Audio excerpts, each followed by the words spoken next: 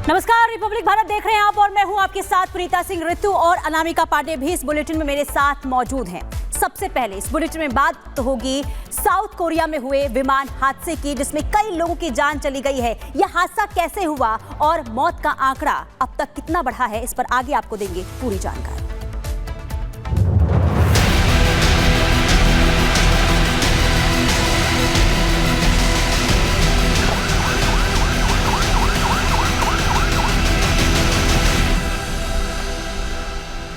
तो चलिए इसी से जुड़ी इस वक्त की बड़ी खबर सबसे पहले आपको बता दें कि अब तक 120 लोगों के जान जाने की खबर सामने आई है।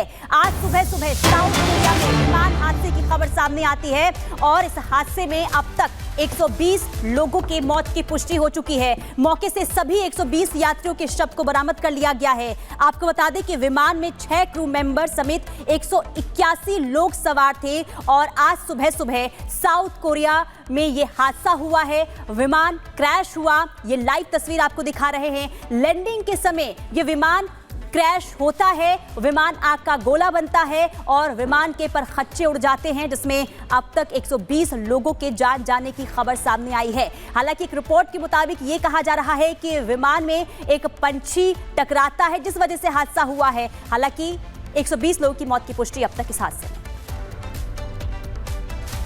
तो देखिए, दक्षिण कोरिया में जिस तरीके से हादसा हुआ है, दक्षिण कोरिया के मुआन इंटरनेशनल एयरपोर्ट पर दर्दनाक विमान हादसा हुआ।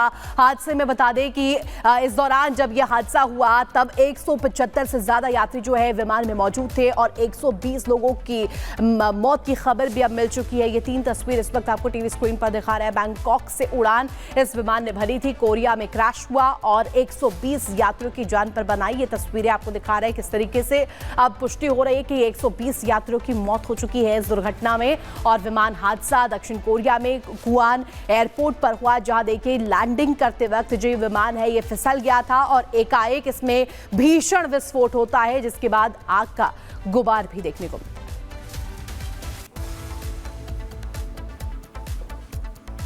तो दक्षिण कोरिया में एक विमान हादसे का शिकार हो गया। बता दें आपको कि विमान में आग भी लग गई है। जानकारी ये मिली कि पक्षी के टकराने की वजह से विमान हादसे का शिकार हुआ है। इस विमान में जितने लोग सवार थे उनमें से अभी पता चल पा रहा है कि केवल 2 लोगों का ही रेस्क्यू किया जा सका है और लोगों की तलाश लगातार की जा रही है। साथ ही अब इस मामले में जांच भी की जाएगी क्या वाकई पक्षी टकराने की वजह से या फिर किसी तकनीकी कारण से यह हादसा हुआ है। रिपोर्ट देखिए।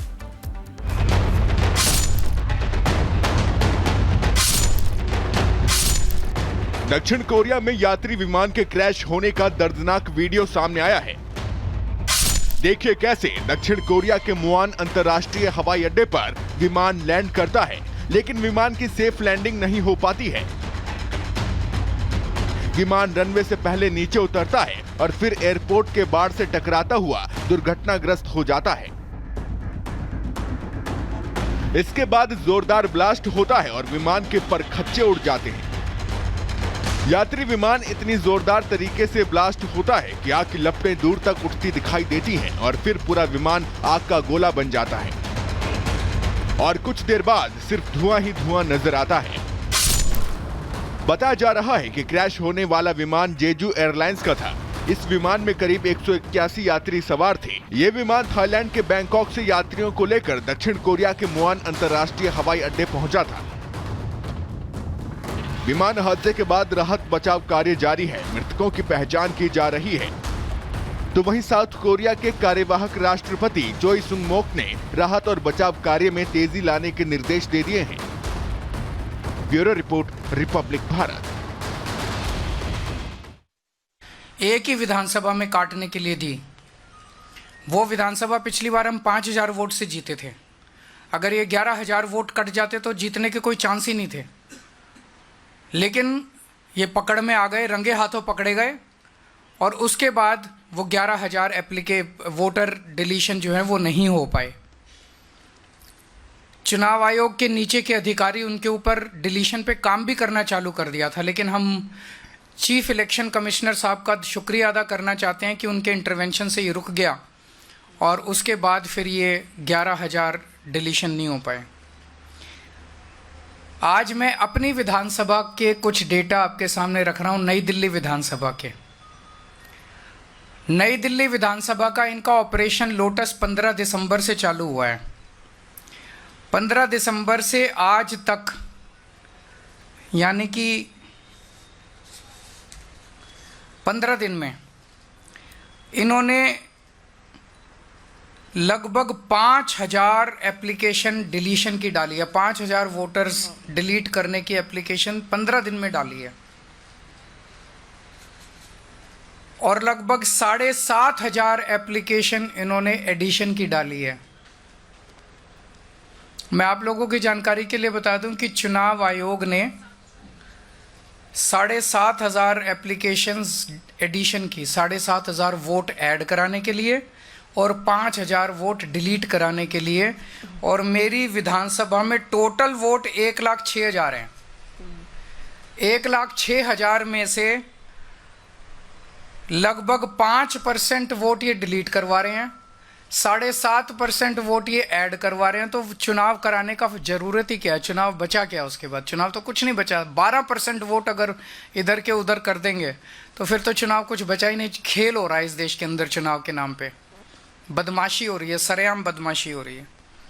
मैं आपकी जानकारी के लिए बता दूं कि दिल्ली में अगस्त से, लगभग 20 अगस्त से लेके 20 अक्टूबर तक 2 महीने समरी रिवीजन किया गया था। समरी रिवीजन क्या होता है कि चुनाव आयोग की पूरी मशीनरी घर घर जाती है और घर घर जाके वेरीफाई करती है ये वोटर एग्जिस्ट करता है, नहीं करता है, कोई वोटर रह तो नहीं गया, जो रह गया उसकी वोट बनाती है, जो गलत है उसकी डिलीट करती है।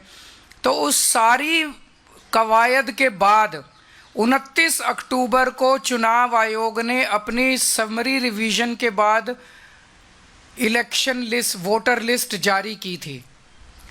उसमें उन्होंने कहा था कि नई दिल्ली विधानसभा में 1,06,873 वोट हैं। 1,06,873, लगभग मोटा मोटा 1 लाख मान लो, 1 लाख वोट है।